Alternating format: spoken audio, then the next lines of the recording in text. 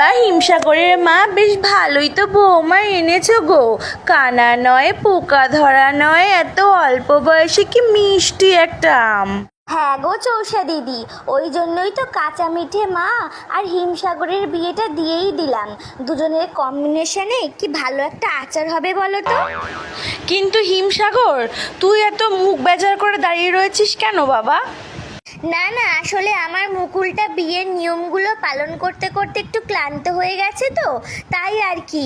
চলো আমরা এখন যাই, ওদের একটু আলাদা ছেড়ে দিই। উফ মা, তুমি না আর আমাকে মুকুল বলে ডাকবে না। আমি যথেষ্ট বড় হয়েছি, আমি এখন আম। তাছাড়া আমি আগেই বলেছি যে আমি এই বিয়েটা। চুপ কর। যত বড় বোটা না তত বেশি আঠা। অল্প বয়সে বেশি পাকিস না, স্বাদ ভালো হবে না বলে দিলাম। আচ্ছা আচ্ছা থামো, এখন চলো আমার সাথে। কাল বউ ভাতের আয়োজন করতে হবে তো নাকি? দেখো কাঁচা মিঠে, আমি শুধু আমার বাবা মার জোর করাতে তোমায় বিয়ে করেছি। এর থেকে বেশি কিছু আশা করবে না আমার থেকে। আমি শুধু আমার আম্রপালিকেই ভালোবাসি। আমি তোমার সাথে মিলে আচার হতে চাই না, আমি আম্রপালির সঙ্গে মিশে ম্যাঙ্গো জুস হতে চাই। কি বললে তুমি? আমার মতো একটা ভালো জাতের আম ছেড়ে ওই হাইব্রিড মালটার পেছনে পড়ে আছো? একটা মিশ্র প্রজাতির আম কোথাকার। ব্যাস, আর একটাও পচা কথা বলবে না আমার আম্রপালির নামে। হাইব্রিড তো কি হয়েছে, স্বাদে গন্ধে রূপে কোনো অংশে কম নয় ও, বুঝলে? তুমি থাকো এখানে, আমি চললাম আমার আম্রপালির কাছে।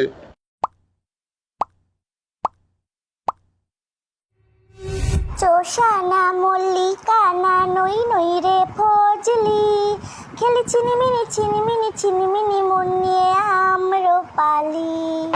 আম্রপালি, এই তুমি তুমি এখানে কি করতে এসেছো? আজ তোমার ফুলসজ্জা তো, যাও ওই ওলা উঠি কচি খুকি কাঁচা মিঠের কাছে যাও। না আম্রপালি, বাবা মার চাপে আমি কাঁচা মিঠেকে বিয়ে করেছি, না হলে ওরা আমায় গাছের ডাল থেকে তাড়িয়ে আমায় ত্যায্য আম করে দিত। তাহলে এখন এসেছো কেন? এখন ভয় করছে না ত্যায্য আম হয়ে যাবার? না, কারণ আমি বুঝতে পেরেছি আমি তোমায় ছাড়া বাঁচবো না। করে দিক আমায় ত্যায্য আম, আমি আর ওই গাছের ডালে ফিরবো না। আমি তোমার সাথে তোমাদের গাছের ডালেই ঘর জামাই হয়ে থাকবো। এই শোনো, তোমার বিয়ের খবর পাওয়ার পরে থেকেই না তোমার থেকে আমার মনের আঠা উঠে গেছে।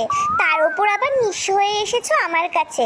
আমার কাছে না এই খোসা ছাড়ানো ত্যায্য আমের ভালোবাসার কোনো দাম নেই। আমি এখন আমার অ্যালফান্সোর প্রেমে পড়েছি। বিদেশি আম, বুঝলে, অনেক দাম। ও আমায় ফ্রুটস বুকে রিকোয়েস্ট সেন্ড করেছিল, কি হ্যান্ডসাম দেখতে। তারপর থেকেই চ্যাটিং শুরু হয় আমাদের। তুমি এখন যাও, আমার এখন কয়েকটা রিলস বানিয়ে আমার অ্যালফান্সোকে সেন্ড করতে হবে। ডিস্টার্ব করো না তো। ছি, কাঁচা মিঠে ঠিক কথা বলেছিল। একটা হাইব্রিড মাল, মিশ্র প্রজাতি যখন যাত্রার সাথে মিশে যায়, হাট। এই, ওটা ল্যাংড়া দেয় না? যাই, ওর সাথেই একটু দুঃখের পোকাগুলো শেয়ার করে একটু হালকা হয়ে নি বরং। তুই না বোম্বাই, তোর দ্বারা কিচ্ছু হবে না। এখনো পর্যন্ত একটা বিয়ে করতে পারলি না। আর আমায় দেখ, বউ থাকতে ওই যে হিমসাগরের মালটা আম্রপালি, ও তো আমার প্রেমে হাবুডুবু খাচ্ছে রে। কিন্তু আম্রপালি তো জানে যে তুমি বিবাহিত। আরে ধুর, ও জানে না কি আমি ল্যাংড়া, ও জানে আমি অ্যালফান্সো। বিদেশি মাল ভেবে বেশ ভালোই আঠা লাগাচ্ছে আমায়। এই দেখ, ফ্রুটস বুকে অ্যালফান্সোর নামে ফেক অ্যাকাউন্ট খুলে বেশ ভালোই চ্যাটিং চালাচ্ছি আম্রপালির সাথে। কিন্তু ল্যাংড়াদা, মল্লিকা বৌদি যদি জেনে যায় তাহলে? বাদ দে তো, সবসময় মনে রাখবি, ডার কে আগে জিত হ্যায়।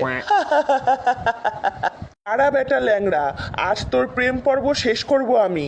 এখন এই প্রমাণ সহ মোবাইলটা যাবে মল্লিকা বৌদির কাছে, আর আমি যাই আমার কাঁচা মিঠের কাছে।